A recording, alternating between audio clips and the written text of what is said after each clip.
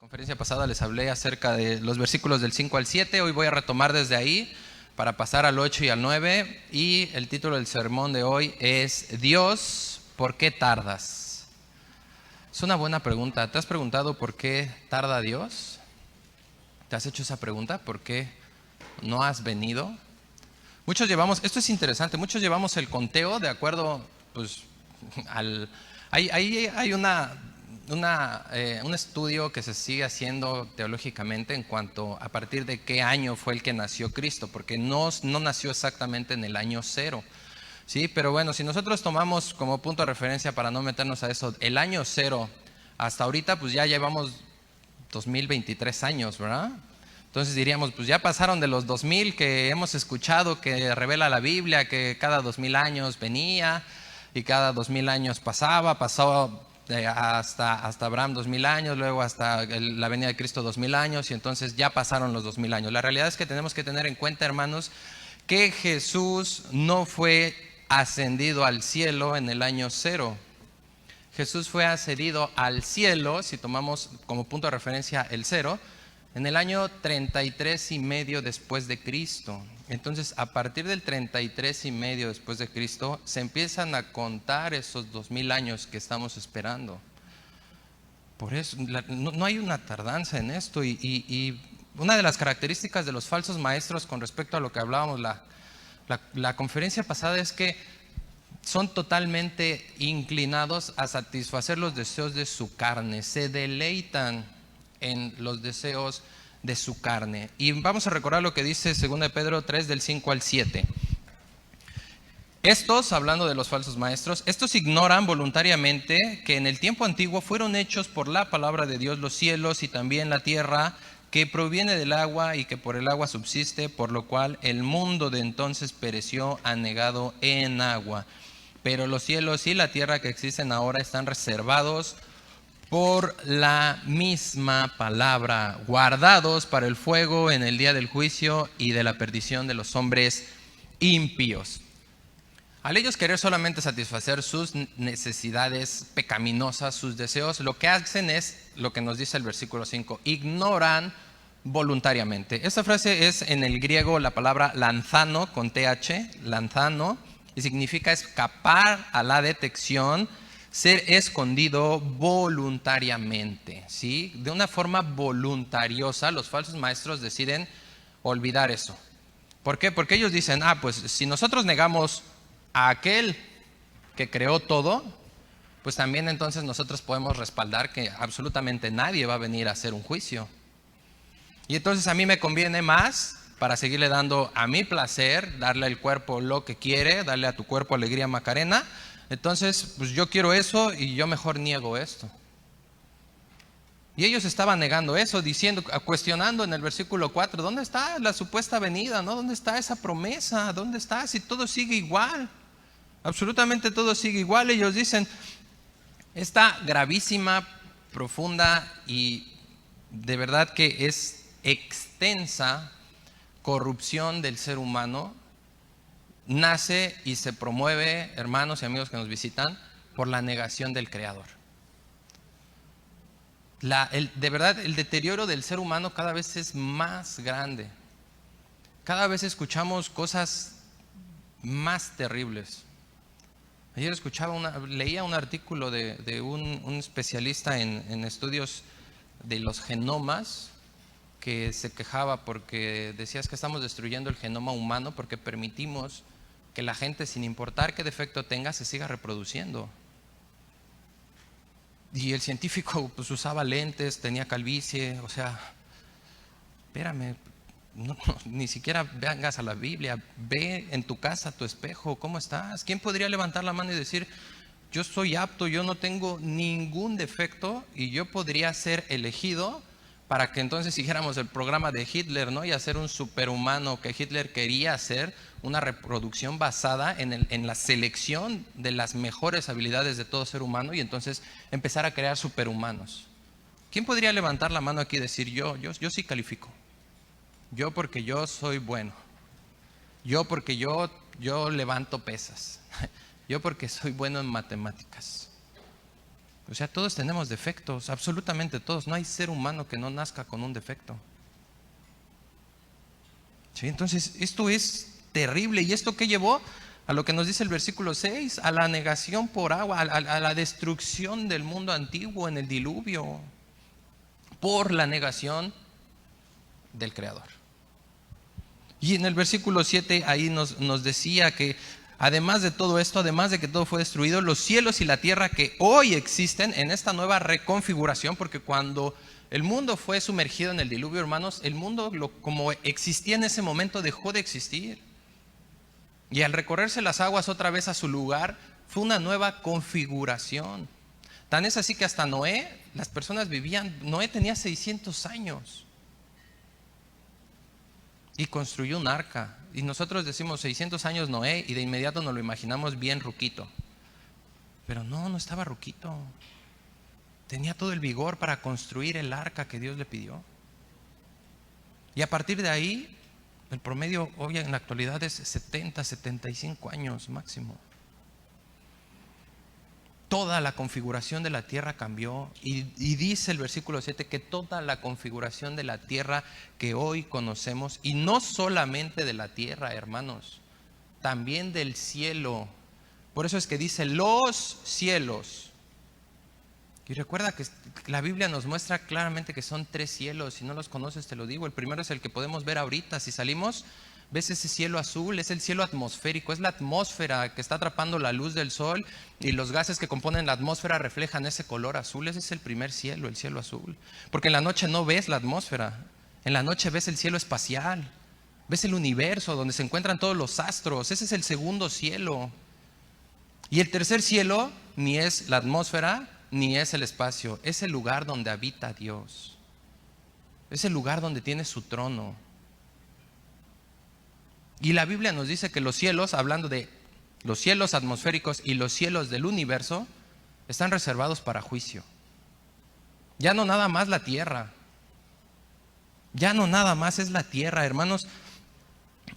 Desde hace muchos años, cuando empezaron las guerras, Primera Guerra Mundial, Segunda Guerra Mundial, la Guerra Fría y todo lo que ha venido pasando, en agosto híjole, ahorita se me fue el año, pero en agosto, cuando Estados Unidos libera las 2 únicas bombas atómicas que se han utilizado en la historia de la humanidad, ¿sí? Cuando Estados Unidos libera al Little Boy y al Fat Man, que fueron las 2 bombas que liberaron, a partir de ahí, toda la humanidad tiene un temor a que seamos destruidos por ataques nucleares. Absolutamente todos. Y todos apuntamos a que así es como va a acabar el mundo. Y la realidad es que el mundo va a acabar con una reacción atómica, sí. Pero la Biblia lo dice. Y no va a ser Rusia, no va a ser Estados Unidos, no va a ser Irak, no va a ser Irán, no va a ser Corea del Norte, no va a ser nadie de ellos. Va a ser Dios quien va a detonar toda esa fuerza nuclear. Va a ser Dios que con ese fuego, porque toda la creación, hermanos, todos estamos creados con átomos. Absolutamente todos. Aquí donde estamos nosotros hay una bomba atómica potencial. ¿Qué es un átomo? El átomo es la unidad más pequeña que tenemos registrada en toda materia. Y está compuesto por electrones, protones y neutrones. Los protones, que son de carga positiva, y los neutrones, que no tienen carga, se encuentran dentro del núcleo. Y ese núcleo mantiene su forma porque retiene energía acumulada. Mientras se encuentre estable y unido, esa energía, que es muchísima energía para ser la partícula más pequeña, retiene demasiada energía. ¿Cómo funciona la bomba nuclear o la bomba atómica? Un neutrón es disparado hacia ese núcleo para partir ese núcleo a la mitad, y cuando ese núcleo se parte a la mitad, libera una cantidad de energía impresionante y además libera más neutrones. Y entonces a eso se le llama fisión. Y la bomba nuclear funciona por una fisión en cadena. Rompen un núcleo y ese núcleo se encarga de romper miles de núcleos más, y esos miles de núcleos más se encargan de romper miles y miles y miles de núcleos más. Mis hermanos, el sol que tenemos, el núcleo del sol, está a más de 15 millones de grados centígrados. El núcleo de nuestra Tierra está a más de 7,000 grados centígrados. Y el Sol no es la estrella más grande que hay en nuestro planeta. Existen estrellas que dejan al Sol, a comparación de esas estrellas, en la calidad de un átomo. Estamos rodeados por fuego que Dios se va a encargar de detonar. Dios se va a encargar de detonar, hermanos. Dios lo va a hacer explotar. Es Dios, no va a ser ninguna nación. Y entonces no me puedes decir, falso maestro, que todo sigue igual. No podemos creer nosotros también que no, todo sigue igual, todavía va a tardar un poco más, no, todavía, no, quién sabe si venga. A lo mejor, amigo que nos visitas, tú crees que esto es un cuento de hadas, es un juego, es nada más una leyenda. Cristo va a venir. Cristo va a venir y esto es lo que está defendiendo el apóstol Pedro. Y en el versículo del 8 al 9, fíjate lo que nos dice. Segunda de Pedro 3, 8 y 9. Mas, oh amados, no ignoren esto, que para con el Señor un día es como 1000 años y 1000 años como un día. El Señor no retardará su promesa, según algunos la tienen por tardanza, sino que es paciente para con nosotros, no queriendo que ninguno perezca, sino que todos procedan al arrepentimiento. Mis hermanos, ¿cuánto tiempo dijimos que ha pasado? 2000 años, ¿verdad? 2000 años ¿para quién? Para nosotros. ¿Y para un Dios eterno? ¿Cuántos años, hermano? Ahí en tu mente, contéstate, ¿cuántos años crees que hay a partir de la creación hacia la eternidad pasada? ¿Cuántos años crees que hay en esa eternidad pasada? ¿Millones?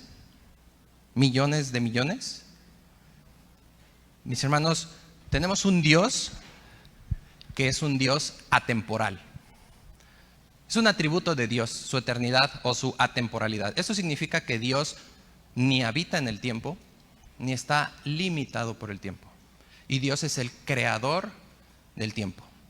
Y si el tiempo tuvo que ser creado, en la eternidad, ¿hay tiempo? En la eternidad no hay tiempo. El tiempo está totalmente fuera de la eternidad, hermanos. El tiempo está totalmente fuera de la eternidad. Dios no tiene principio ni fin, ni sucesiones de momentos en su propio ser. Dios no tiene eso. Y es de suma importancia que entendamos este atributo de Dios. Por eso es que este versículo nos dice: no olvides, no ignores. Ellos ignoran voluntariamente. Lo leímos, ¿verdad? Por eso me regresé al versículo 5. Los falsos maestros ignoran voluntariamente porque a ellos les conviene. Pero a ti y a mí, Pedro nos exhorta: ustedes no ignoren esto.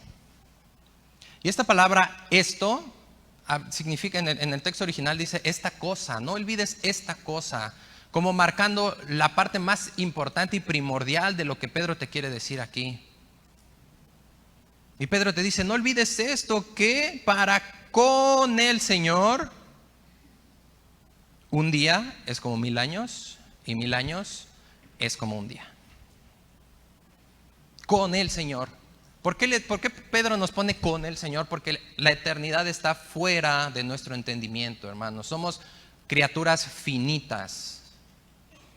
Y la eternidad está fuera de nuestro entendimiento. Ya he hecho esta pregunta varias veces y hoy te la vuelvo a hacer. ¿Hoy pensaste en la eternidad? La eternidad no es vivir con Dios. Va a ser parte de la eternidad. No, la eternidad. ¿Te has puesto a meditar en la eternidad? ¿Te has puesto a pensar cómo es la eternidad? Ningún ser humano lo hace, porque en ningún ser humano entra ese razonamiento. No tenemos la capacidad, somos finitos en nuestra comprensión. Por más teología que queramos estudiar, por más estudios, por más lo que tú quieras hacer, no vamos a comprender la eternidad hasta que estemos allá. Pero ya tenemos vida eterna, Carlos, sí, ya tenemos vida eterna. Entonces ya pasamos a la eternidad, sí, pero estamos en un previo a, porque tú y yo todavía estamos sujetos al tiempo. ¿No te estás envejeciendo sin ofender a nadie? O sea, No tenemos entendimiento de eso. Pero el que no tengamos entendimiento, Dios en la Biblia Dios no nos pide, entiéndeme. En la Biblia Dios te dice, cree y confía en lo que te estoy diciendo.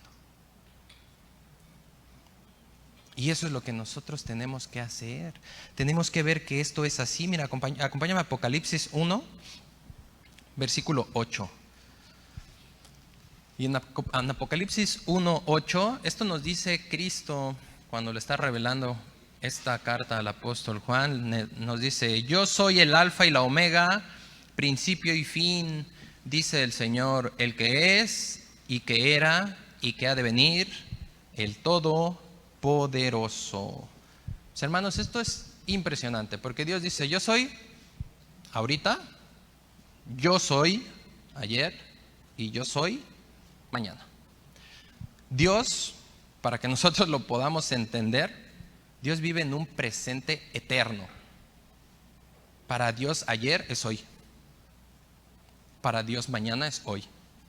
Y por eso Él se presenta. Él no dice, aquí, si nosotros lo leemos otra vez, Él no dice en esta parte, Él es el que es y que era y que ha de venir. Él no dice, cuando se presenta a Moisés, no le dice, yo era, hoy yo soy y mañana yo seré. Dios solo se dio un término y dijo, yo soy. Todo el tiempo está presente siempre y continuamente ante Dios. Todo el tiempo, hermanos. Absolutamente todo el tiempo. Y necesitamos tener este entendimiento porque Dios mira con esa agudeza todo el tiempo, pero también obra e interviene dentro de ese tiempo, aunque Él está fuera de ese tiempo, porque Él es el Señor del tiempo también. Él tiene el control absolutamente de todo. Mis hermanos, esto es de mucho ánimo. A lo mejor alguien puede decir, chale, pues es que la neta nada más me está confundiendo, ¿cómo quieres que me anime? Sí, a mí también me confunde. Pero es de mucho ánimo saber que Dios tiene el control absolutamente de todo, incluso del tiempo. ¿Te acuerdas cuando Elías estaba todo desanimado? Y sale de la cueva después de comer, ¿verdad? Y saliendo, dice esa historia bíblica que saliendo había un fuerte viento, ¿verdad? Que rompía montes. Y dice el relato, pero Dios no estaba ahí. Y luego hubo un terremoto, pero Dios tampoco estaba ahí. Y luego hubo fuego, pero tampoco estaba Dios en el fuego. Dice ese relato que Dios estaba en un silbido apacible, tranquilo. Mi hermano, cuando tú tienes problemas, cuando tú no quieres buscar a Dios, cuando tú te estás enfriando, cuando esté pasando lo que esté pasando en tu vida, Dios no está angustiado mordiéndose las uñas, gritándote, no lo hagas, por favor, no lo hagas, no. Dios no se angustia, porque Dios no pierde el control de nada. Y no importa la angustia que estés pasando, no importa el problema que estés pasando, Dios siempre te va a hablar en total calma y apacibilidad. Porque Él te dice, el tiempo es mío. Esa prueba también es mía. Y si tú estás conmigo, además, yo soy quien va a luchar esa prueba. Yo soy quien te va a sacar de eso. Y no solo eso, yo soy quien al final de ese camino te voy a hacer un bien.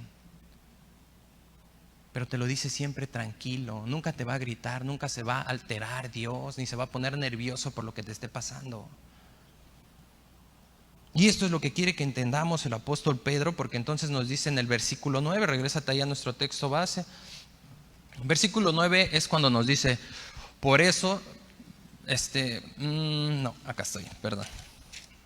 Versículo 9, el Señor no retarda su promesa según algunos la tienen por tardanza. Nos explica cómo funciona Dios en el tiempo para que entonces la pregunta que hacían los falsos maestros, ¿y dónde está?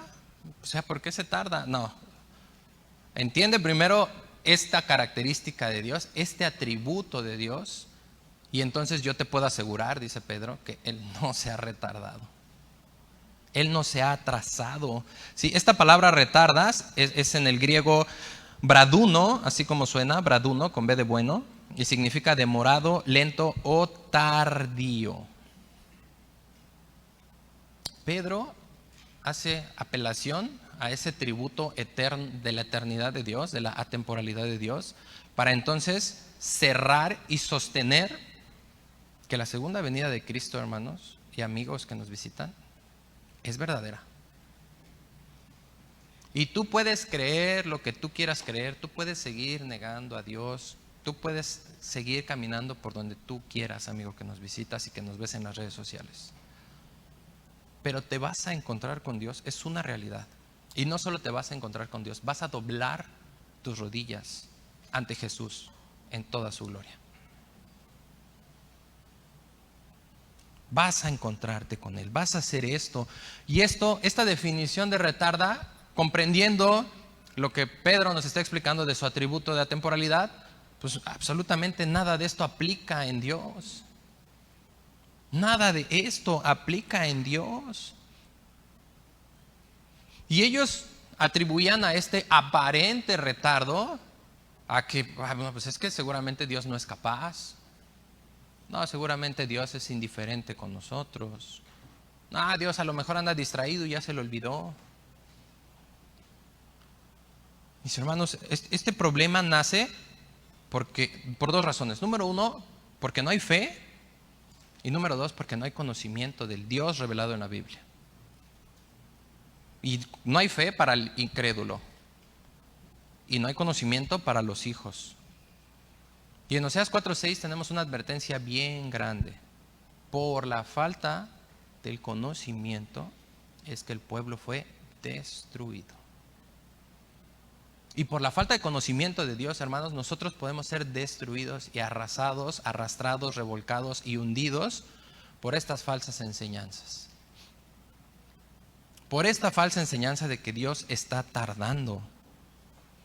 Dios no tarda, hermanos. Un comentarista dice lo siguiente: Dios hace que todo obre y se cumpla exactamente según su plan y programación perfectos. Es el principio divino que Dios estableció. Todo va a funcionar conforme a Él lo ha trazado.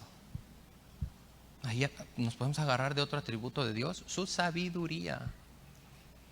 La sabiduría de Dios que la acabamos de estudiar con los jóvenes. Si tienes un joven, mándalo para que conozca al Dios de la Biblia. Estamos estudiando sus atributos. Y la sabiduría de Dios nos dice que Dios establece las mejores metas y los mejores procesos para alcanzar esas metas. Y esto es lo que está haciendo Dios en su sabiduría. Él determina cuándo va a actuar y no lo determina limitado por el tiempo. Dios no tiene un reloj como tú y yo. Y apúrale, Jesús, apúrale, porque ya casi van a venir. Intercede más porque ya tengo que mandarte de regreso. Dios sigue apacible y tranquilo sentado en su trono, porque todo va a cumplirse como Él lo dejó escrito. Absolutamente todo. Gálatas 4:4, acompáñame a Gálatas 4:4. Y en Gálatas 4:4 Pablo nos deja ver este mismo principio. Dice así la palabra de Dios: pero cuando vino el cumplimiento del tiempo, Dios envió a su Hijo, nacido de mujer y nacido bajo la ley. Cuando vino el cumplimiento del tiempo, del Dios eterno que está fuera del tiempo, pero que establece, obra e interviene dentro del tiempo, no limitado por el tiempo. Porque aquí la pregunta sería, ok, ¿por qué en esta época? Sí, sabemos que era cuando estaba el Imperio Romano, que había una depravación total, era el peor gobierno que había, estaban todos bajo la ley, necesitábamos este sacrificio, un montón de cosas. Pero ¿por qué no mandó a Cristo? ¿Por qué en lugar de sacrificar esos dos animalitos para cubrir a Adán y a Eva, por qué no bajó ahí Cristo, murió en la cruz y nos hubiéramos salvado todos? ¿No es un buen tiempo de necesidad ahí? ¿No sería un buen tiempo? ¿Por qué mandó el diluvio? ¿Por qué no puso a Cristo ahí en lugar de un arca? ¿Por qué no crucificaron a Cristo y ahí hubiera venido la salvación para todos? ¿Por qué? Mira, con Adán y Eva hubiera sido más fácil, solo eran dos. Solo dos tenían que recibir a Cristo.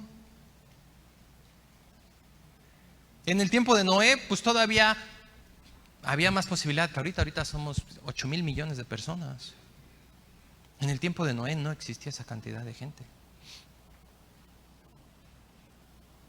¿Por qué? Porque es el tiempo, el plan perfecto de Dios. Está fuera de tu mente. Dios no quiere que sepas su plan. Dios quiere que sepas sus promesas. Dios quiere que sepas tú y yo que es fiel y que Él lo va a hacer. Porque ahí en Apocalipsis, al final del versículo 8 que leímos, decía: soy el Todopoderoso.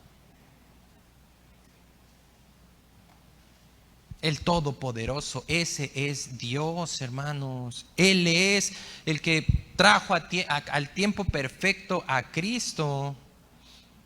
Y al tiempo perfecto va a volver Cristo.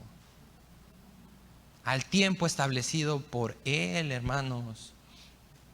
Pero actualmente, ¿qué nos sigue diciendo? Regrésate ahí a tu versículo base. Segunda de Pedro 3:9. Nos dice que no retarda su promesa según algunos la tienen por tardanza, sino que es paciente para con nosotros, no queriendo que ninguno perezca, sino que todos procedan al arrepentimiento. Mis hermanos, es la misericordiosa paciencia de Dios la que establece cuándo va a actuar, y lo establece porque Él quiere tu arrepentimiento.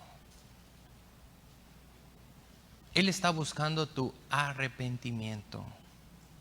Y esto es increíble, y podemos ver la depravación y la caída tan grande de estos falsos maestros, porque ahorita muchos conocemos que nos encontramos en un tiempo que se llama tiempo de gracia. Y es tiempo de gracia por eso, porque tú y yo no merecemos que Dios nos espere. Tú y yo no merecemos ni siquiera que haya puesto a su Hijo en la cruz. Pero en su gracia, que además que muchos hemos escuchado que la gracia es favor no merecido, ¿verdad? Pero no queda ahí, no es nada más un favor no merecido, porque yo ahorita podría ir y darte una paleta y no la merecías, pero te la di. Y en nosotros no es así, es un favor no merecido cuando merecíamos totalmente todo lo contrario. Merecíamos la destrucción, tú y yo. Y en este tiempo de gracia en donde Dios sigue esperando para que nos arrepintamos, hermanos, nos quejamos.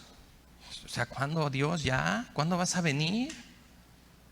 Es tiempo de gracia, y si es tiempo de gracia quiere decir que es un tiempo a tu favor y a mi favor. ¿Y por qué nos quejamos? ¿De cuánto te estás tardando, Dios? Si Dios viniera ahorita, muchos diríamos: amén, estoy aquí en la iglesia. Pues yo te diría: a lo mejor te quedas aquí tú solo. Si Jesús arrebatara ahorita su iglesia, hermanos, ¿cuántos pueden levantar la mano y decir seguros, yo me voy al cielo? No por tu intelecto, porque sí, si yo te digo levanta la mano, ¿quién se va a ir al cielo? Todos queremos ir al cielo. Pero Jesús no es un boleto de viaje al cielo.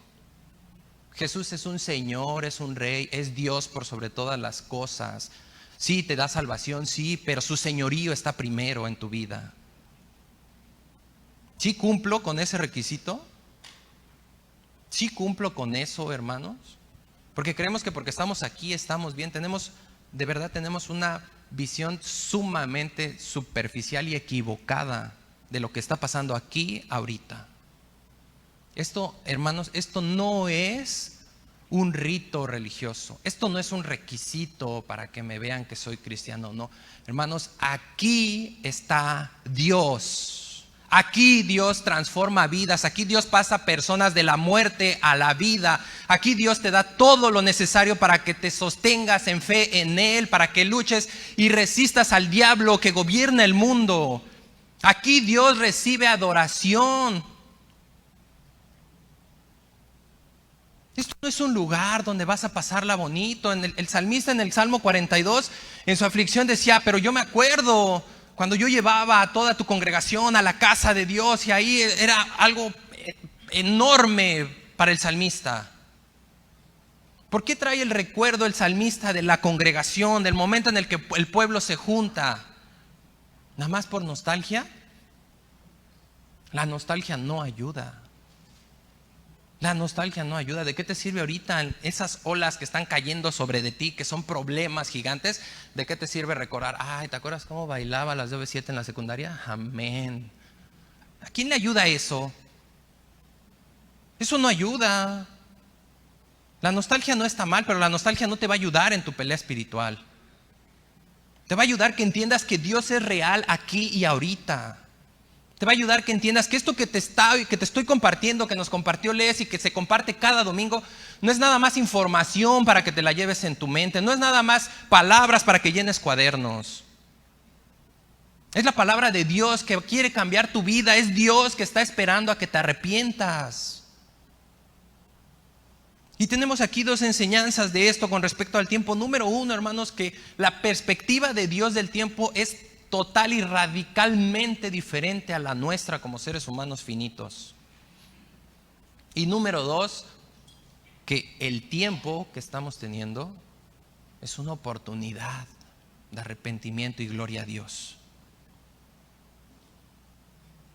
Y ahora la pregunta, en base a lo que nos dice este versículo, la pregunta sería: ¿quiénes quiere Dios que vengan a arrepentimiento?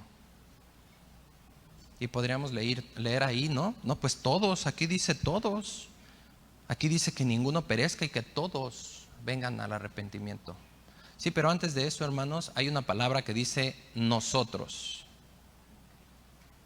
Y esa palabra nosotros es en verdad sumamente clara.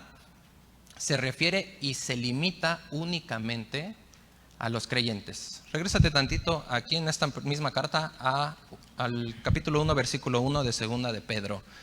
Segunda de Pedro 1:1 dice: Simón Pedro, siervo y apóstol de Jesucristo, a los que, aquí está, ese nosotros es el que sustituye esta descripción, a los que han alcanzado por la justicia de nuestro Dios y Salvador Jesucristo una fe igualmente preciosa a la nuestra.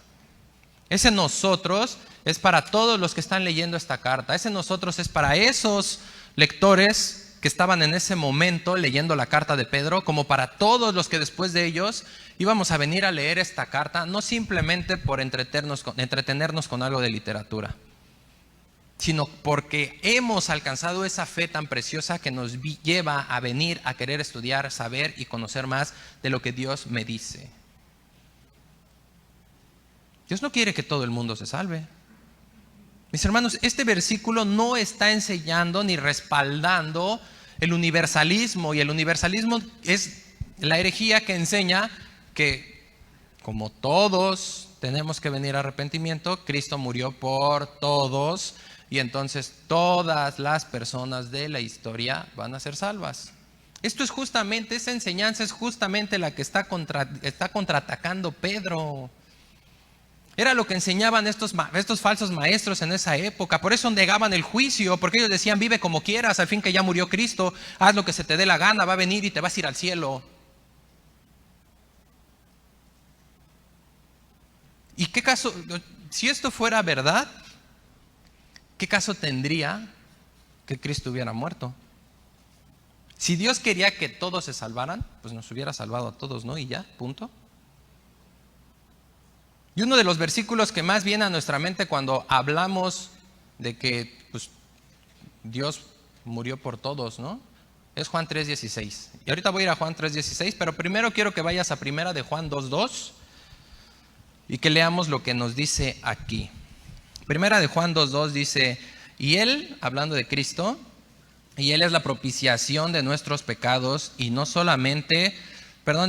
es la propiciación por nuestros pecados, y no solamente por los nuestros, sino también por los de todo el mundo. Y aquel que enseña el universalismo te enseña este versículo y te dice: ¿ya viste? Murió por los pecados de todo el mundo. ¿Lo dice o no lo dice ahí? Sí lo dice, ¿verdad? ¿Qué significa eso? Mis hermanos, esto no significa que Cristo murió, como te lo dije hace rato, por absolutamente todas las personas de todo el mundo. Esto significa que el sacrificio de Cristo es suficiente y válido en cualquier parte del mundo. Significa que ese sacrificio, que solo es un sacrificio, es válido para cualquier tipo de pecador. No importa en qué parte del planeta te encuentres. No importa lo que hayas hecho. ¿Alguien mató? Levante la mano. No, no es cierto, no la levantes porque... La realidad es que, mira, si nos pusiéramos bíblicamente, todos hemos matado a alguien. La Biblia dice que con que llames fatuo a tu hermano eres culpable de muerte. ¿No le has dicho tonto a alguien? Eso significa. Entonces, ahora sí levantemos la mano los que hemos matado a alguien. Ahora sí somos todos, ¿verdad? Ya no nos sentimos tan mal. Ok. La Biblia nos enseña, hermanos, que Cristo murió por el asesinato, claro. ¿Y un asesino puede alcanzar salvación? Sí. La Biblia nos enseña que Cristo murió por un violador y un violador puede alcanzar salvación. Por un asesino serial, por un narcotraficante, por aquel que solamente desobedecía a su mamá y a su papá, por aquel que estaba metido en pornografía, por el adúltero, por la prostituta, por absolutamente cualquier tipo de pecado. Es que Cristo murió y puede alcanzar salvación todo el mundo. Todo el mundo es como tú y yo lo hemos dicho muchas veces. ¿Para quién es esto? Hay un evento público, no, pues que venga todo el mundo. O sea, ¿de verdad va a venir todo el mundo a tu evento? Estás simplemente señalando que no importa de dónde vengan, que pasen. Es esto a lo que se refiere. Es esto de lo que nos está hablando. Y en Juan 3:16, vamos a Juan 3:16 ahora sí, para que podamos leer un poco más de esto que nos enseña la palabra de Dios acerca de este versículo sumamente leído. Dice, porque de tal manera amó Dios al mundo que ha dado a su Hijo unigénito para que todo aquel que en Él cree no se pierda, mas tenga vida eterna.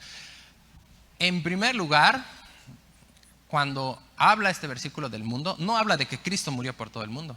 Habla de que Dios ha amado de tal manera a todo el mundo. ¿Y cuál es esa tal manera? Mira, Benjamin Warfield, un teólogo, dice lo siguiente. Juan quiere mostrarnos que no es porque el mundo es tan grande que hace falta mucho amor para abarcarlo todo, sino que el mundo es tan malo que hace falta un amor demasiado grande para poder amarlo en su totalidad y mucho más amor para amar tal como Dios lo amó. Tal como Dios lo amó. Si la salvación fuera para todo el mundo, hermanos, si Cristo murió por todo el mundo y todos se van a salvar, ¿para qué la Biblia nos dice que entonces hay escogidos? ¿Para qué escogió Dios? ¿Para qué la Biblia nos dice que tiene que entrar el número completo de los gentiles para que entonces regrese Cristo? ¿Por qué no estamos todos los acapulqueños aquí? ¿Por qué? Juan 10:10, acompáñame, a Juan 10. Y vamos al versículo 26. Juan 10:26. Y fíjate lo que nos dice aquí nuevamente el apóstol Juan. Nos explica acerca de que Jesús es el buen pastor, ¿verdad? Y Él es el que da la vida por ¿quién? Por sus ovejas. Los fariseos le discuten, le alegan, le niegan. ¿Y qué les contesta Cristo? Juan 10:26. Ustedes no creen, ¿por qué? Ok, hay quien es oveja y quien no es oveja. Y lo está diciendo de la misma voz de Jesucristo. Mis hermanos, hay una distinción clarísima. En Malaquías 4:1 y 2 nos dice claramente que va a venir un día de horno de fuego, y ya lo leímos aquí en Pedro. Va a venir un juicio que es fuego, y va a ser la perdición para todos los impíos. Y el versículo 2 nos dice, más para los justos les va a salir el sol. Hay salvación, hay división. En Juan 17, ¿te acuerdas cuando Jesús ora al Padre en el aposento alto después de la Santa Cena? Hace una oración de intercesión. ¿Por quién? Por los suyos. Por los suyos. Y en Juan 17:9 Dios dice, Jesús dice, yo ruego por estos que me diste. No ruego por todo el mundo, sino por estos que tú me has dado. En Efesios 5:25 Pablo nos pone el ejemplo y nos dice: maridos, amen a sus mujeres tal como Cristo amó a la iglesia y se entregó por ella, por la iglesia. Hermanos, el universalismo no es verdad. La Biblia no enseña un universalismo. La Biblia enseña un grupo de elegidos. Hace poco me preguntaban: ¿es bueno decir Cristo te ama? Sí, sí es bueno decir Cristo te ama a quien entienda ya ese amor. Pero para evangelizar, hermanos, la realidad es que para evangelizar no nos ayuda a decir que Cristo te ama. Ah, pues qué chido, qué bueno que me ame. El evangelio es: tú estás perdido. Tú no tienes absolutamente nada. Tu camino es el infierno. Tu vida es pecaminosa. Arrepiéntete y ven a Cristo. Eso es el evangelio. ¿Es ofensivo? Sí es ofensivo. Es más bonito decirle a alguien Cristo te ama porque no te ve feo. Pero que le llames pecador, a todos nos molesta que nos llamen pecadores. A todos. Qué incómoda es esa palabra cuando alguien nos la dice. Seas creyente o no creyente, es incómodo que te digan pecador. Pero esa es nuestra condición. Y el evangelio va a ser efectivo cuando tú le muestres su necesidad de salvación. No cuando tú le muestres el amor de Dios, que todos somos conscientes del amor de Dios. Tan somos conscientes que todos sabemos que Dios es bueno, creas lo que creas. Pero ¿qué hacen con esa conciencia de que Dios es bueno? Se quejan de Él. Pues si eres bueno, ¿qué estás haciendo? ¿Por qué no me ayudas? ¿Por qué no me haces? ¿Por qué no me levantas? ¿Por qué no esto? ¿Por qué no aquello? Eso no va a convertir a nadie. Es esta realidad. Y Pedro nos lo describe en todo el versículo 2 que estuvimos leyendo. Los llama animales irracionales nacidos para perdición. Les dice que está reservado una eternidad de oscuridad para ellos, que van a ser destruidos, que su condenación no tarda. Si Cristo murió por todos, entonces ¿por qué está condenando la Biblia a estos falsos maestros? Ellos también tendrían que salvarse. Su incredulidad, su blasfemia, todo eso es pecado. Cristo no murió por todos, hermanos. Cristo murió por los elegidos. Y a lo mejor alguien podría estar pensando: pues entonces qué chiste evangelizar, pues ya, si ya están escogidos, pues nada más que vengan. No, hermano, eso te tiene que animar, porque tú y yo no sabemos quiénes son los elegidos. Y cuando tú te paras con alguien que lo estás viendo muerto espiritualmente, eso te tiene que animar a que a lo mejor ese es el elegido. Y tú le tienes que presentar el evangelio tal cual es, para que quizás es Él y el Espíritu Santo en ese momento hace su obra redentora sobre Él y viene a vida, y entonces es ganado para Cristo. Y el regreso de Cristo, hermanos, está ligado al funcionamiento de la iglesia. No es casualidad lo que predicó Les hace rato. No es casualidad que Dios nos está llamando a arrepentimiento. Y no es ahorita. Hermanos, la pandemia, ¿para qué crees que fue? ¿Para que te espantaras? ¿Para que hubiera menos en la iglesia y menos contagios? Te está llamando Dios a arrepentimiento. A ti y a mí como iglesia nos está llamando a arrepentimiento y a retomar lo que tú y yo tenemos que hacer. En su misericordia, hermanos, Dios nos está llamando a que nos arrepintamos de todo lo que hemos dejado hacer por falsas enseñanzas. Y a lo mejor alguien dice: yo no he escuchado ningún falso maestro. ¿Y tú quién eres? Yo te preguntaría: ¿todo lo que escuchas de ti mismo, qué es? Pues que ellos enseñen. Y tú no te esfuerzas por tratar de hacer algo para decirle: Dios, úsame. Y cuando se suben aquí a enseñar, sea quien sea, ahí estás tú con tu checklist, ¿verdad? Este sí, este no, este sí. ¿Y tú? ¿Y tú?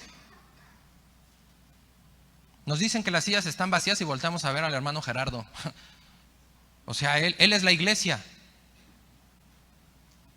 Eso es lo que estás diciendo. Él es la iglesia y nosotros aquí somos espectadores. Entonces, Él va al cielo y nosotros vamos al infierno. ¿Te gusta mejor esa comparación?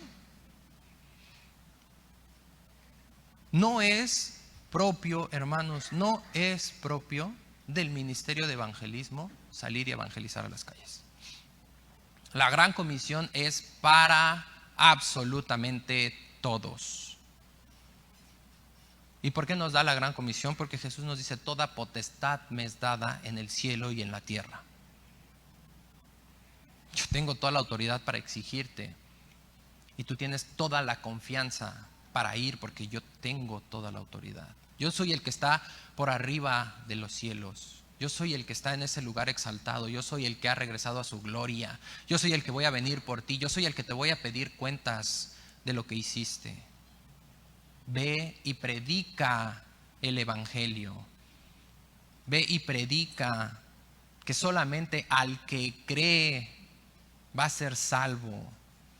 Que solamente es en Cristo Jesús. Que no importa tus buenas obras. Bien te lo decía Les, tú puedes creer muchísimas cosas que haces bien. Lo que tú tienes que saber es que muchas de esas cosas que haces bien las haces para ti. Para tú estar contento y contenta. Para tú decir, yo estoy haciendo las cosas bien.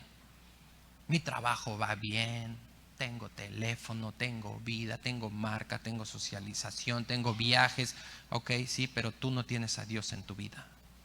Y ese es el más grande problema que tenemos como humanos. Apartarnos de nuestro Creador. Ese es el diseño que tenemos. Estamos hechos a su imagen y semejanza para su gloria. Y no vas a encontrar nada, ni vas a poder hacer nada para hacerlo si no tienes a Cristo. Si no venimos a Cristo, hermanos, no va a haber absolutamente nada. Entonces Dios se alegra, Dios se goza y se deleita con la muerte de todas esas personas. Acompáñame a Ezequiel 18 y fíjate lo que Dios nos dice acerca de esto, porque este pasaje no nos enseña eso, no nos enseña que Dios se complace con la muerte. Ezequiel 18, 23 y de ahí vamos a saltar hasta el 32. Versículo 23 de Ezequiel 18 dice: ¿quiero yo la muerte del impío? Dice Jehová el Señor. No vivirá si se apartara de sus caminos. Sáltate hasta el versículo 32. Porque no quiero la muerte del que muere, dice Jehová el Señor. Conviértanse pues y eso es lo que está esperando Dios. Por eso puso en esa cruz a su Hijo. Su Hijo recibió por 3 horas y cachito la descarga total y completa de la ira de Dios. Nadie más que Él puede tener conciencia de eso. Nadie más que Él puede darse una idea de lo que fue eso. Y eso es lo que Dios hoy te ofrece. Dios ofrece salvación en Cristo Jesús a todo el mundo, sí. Dios ofrece la salvación a todos. Se le llama llamamiento general. Dios llama arrepentimiento a todos. ¿Pero Dios va a salvar a todos? No. Se le llama llamamiento efectivo. Solamente los elegidos son los que van a escuchar. Y si hoy estás escuchando y hoy en tu corazón, amigo que nos visitas, estás teniendo este entendimiento de que Cristo murió por ti porque tu vida estaba mal, porque tú no tenías nada que hacer, es Dios quien te está llamando a ese arrepentimiento. Iglesia, es Dios quien nos está llamando a esto. Con este versículo termino. Hebreos 10, 26. Hebreos 10, 26 al 29. Nos dice así: porque si pecamos voluntariamente después de haber recibido el conocimiento de la verdad, ya no queda más sacrificio por los pecados, sino una horrenda expectación del juicio y del hervor del fuego que ha de devorar a los adversarios. El que viola la ley de Moisés por el testimonio de 2 o 3 testigos muere irremisiblemente. ¿Cuánto mayor castigo piensan que merecerán los que pisoteen al Hijo de Dios y tengan por inmunda la sangre del pacto en la cual fue santificado y hagan, en la cual, aquí ya me perdí, fue santificado y hagan afrenta al Espíritu de gracia? ¿Cuánto más, hermanos? Cristo no va a regresar hasta que el número de elegidos esté completo. Pero cuando ese número de elegidos esté completo, hermanos, la paciencia de Dios se agotó. Amigos que nos visitan, es Dios quien te está llamando el día de hoy a arrepentimiento. Es Dios que, por más largo que te parezca este tiempo, es el tiempo de la gracia, es el tiempo donde Dios te está llamando y Dios quiere que vengas, como lo leíste en Ezequiel, que te conviertas y que vivas, que puedas tener vida real. Dios no se complace con la muerte del impío, pero Dios respeta tu decisión. Dios hoy te presenta la vida y la muerte. Tú eliges. Lo que tú vas a elegir hoy es eterno. Sí, todos vamos a la eternidad, todos vamos a la eternidad. Unos para condenación y fuego eterno, y otros para plenitud y gozo con una eternidad al lado del Señor. Hermanos, también es para nosotros. ¿Qué estamos haciendo? ¿Qué cuentas vamos a entregar? ¿Y cómo pasaremos la eternidad con ese Dios que nos está llamando? Vamos a orar. Dios bendito, te damos muchas gracias. Gracias, Señor, porque sabemos que tú hablas lo que es necesario para tu iglesia. Tú conoces todos los corazones, Señor. Tú conoces nuestra apatía. Tú conoces que no hemos funcionado como iglesia como deberíamos hacerlo, Señor, que hemos estado cómodamente sentados, escuchando, que nos ha llevado a competir, nos ha llevado, Señor, a creernos incluso superiores a los demás. Pero ¿qué seríamos sin tu gracia, Señor? ¿Qué somos sin tu gracia? Somos muertos, Señor. Y si fuéramos a un panteón y viéramos todas las lápidas, Señor, no veríamos a ningún muerto luchando por ver quién era mejor. No veríamos a ningún muerto por estar buscando superioridad. El muerto es muerto. Y lo que hoy podemos es por ti. Tú eres toda nuestra competencia, Señor. Tú eres el que da el querer como el hacer. Tú eres el que nos ha capacitado para toda buena obra, y nosotros no hemos hecho como iglesia toda buena obra. Y te pedimos perdón, Señor. Perdónanos por nuestro mal funcionamiento. Perdónanos por caer en ese individualismo, en ese egoísmo, por hacerte un lado para yo obtener lo que yo quiero, para sobresalir. Perdónanos, Padre. Perdónanos, porque al final de cuentas no importa la razón por la cual hemos dejado de hacer. Todo es lo mismo, orgullo y soberbia. Ayúdanos, Señor, a ser humildes y mansos como tu bendito Hijo. Te agradecemos por la muerte de tu Hijo en la cruz, porque hoy podemos estar aquí entendiendo esto. Hoy podemos estar aquí con un corazón triste, Señor, con un corazón confrontado, pero con un corazón contrito y deseoso de que nos des todo lo necesario para cambiar esto, Señor. Renueva nuestra mente, renueva nuestro fuego por obedecer tu palabra, ese ánimo que hay en nosotros, ese fuego que es la pasión que hay en nosotros para buscarte, Señor, con todo nuestro ser, para ser totalmente gobernados e influenciados por tu Espíritu y andar en el Espíritu, Señor. No queremos fuego del cielo, Padre, no queremos juicio. Queremos ese silbido apacible del cual podamos agarrarnos y caminar por fe. Y si tú no habías escuchado nunca esto, si tú hoy tienes ese convencimiento de que es Dios quien te llama a arrepentimiento, y en tu corazón quieres arrepentirte, dile así: Dios, yo no sabía qué tan mal vivía, yo no sabía que en mí había toda incapacidad para hacer algo y poder acercarme a ti, yo no sabía que mi vida me llevaba a esa condenación. Hoy entiendo que soy pecador, hoy entiendo que tengo que contestar tu llamado a arrepentimiento, y hoy te pido perdón.